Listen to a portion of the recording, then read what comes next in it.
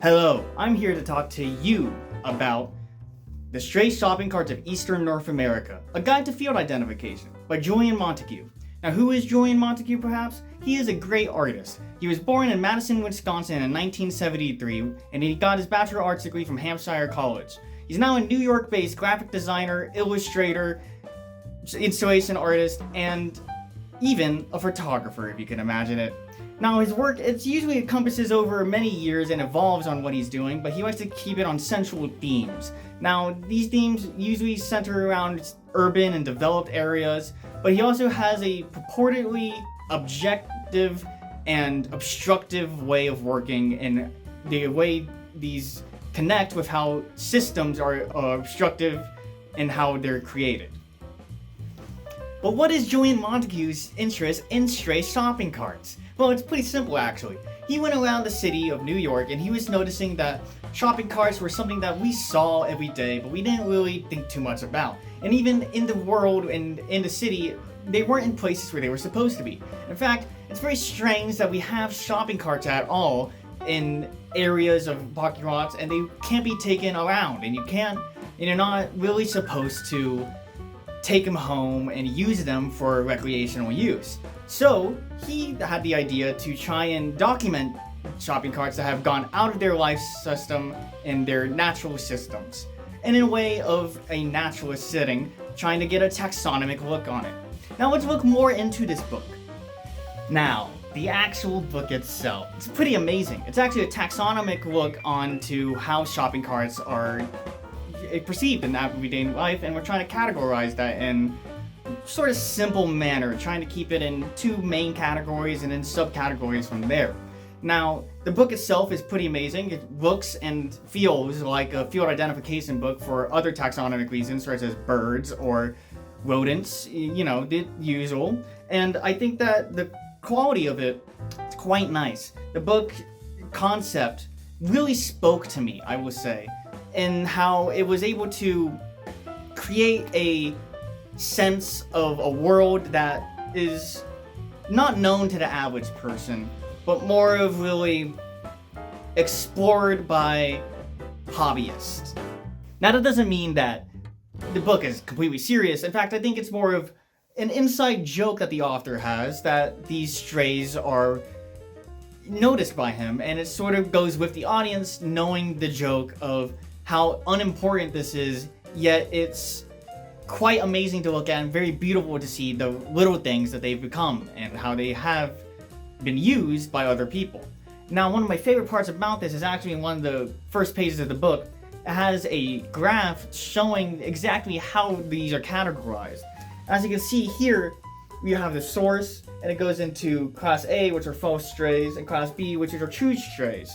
Now, this gives a sense of false and true that makes a sort of interesting dilemma about the book, and rather, are these truly strays, or are they being used in the manner that they should be used, which is any manner that they can? The photos themselves, well, they're pretty amazing. They're edited to be much like wildlife photos, and the way their vibrancy is captured, the detail, and the closeness of the subject. Where is a subject too far out of frame or just too small? It actually takes up most of the image usually, and I think that's quite amazing in how it was able to recreate this wildlife sense when you're looking at inanimate objects. Now, it does give a sort of melancholic vibe with all of the photos because it is a lot of refuse and trash.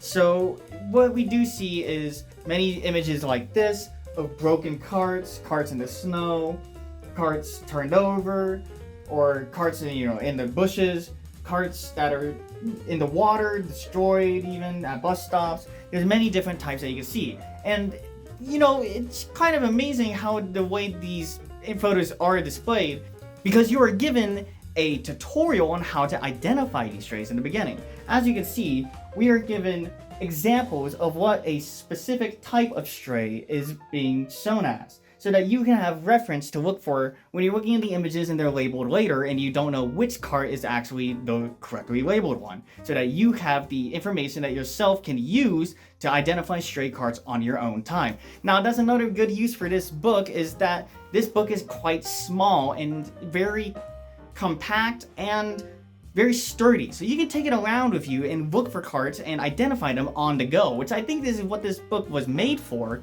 as it is an identification guide. But as I was saying before, this book is very tactile. You see, it uses glossy pages to help not only defend the page from the elements, but also it gives a more professional feeling to it.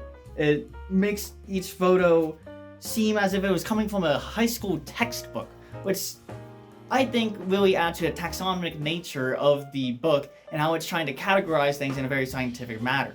Now, when I first found this book, I knew it was made for me. It lined perfectly with my interest, because when I read this title, perusing through the library, The Stray Shopping Carts of Eastern North America, a Field Identification Guide, I was love-struck, because I love the idea of shopping carts not being returned or not being used for their intended purposes, but instead being used as reclamation, as recreation, even. I think that shopping carts, it's one of those aspects that we don't think about too often, and I think this book allows you to think a lot more about it. But as I read this book more and more, one thing that really got to me was that I honestly wanted to own my own version of this book, because it's such a sick book. I mean, it's hard to find a copy of this exact copy with the exact print, but if you can, I would buy this book. It's pretty amazing. If not, at least rent it out yourself and check it out. Overall, this book is pretty amazing. It allows you to understand the mundane in new and exciting ways, and understand the world in maybe a more categorized manner, and how you can categorize other objects in your daily life in a similar manner. It actually allowed me to explore my work in a more biographical manner than a narrative manner, as this book is very biographical. And if you could get anything out of it, maybe you should return your shopping cart.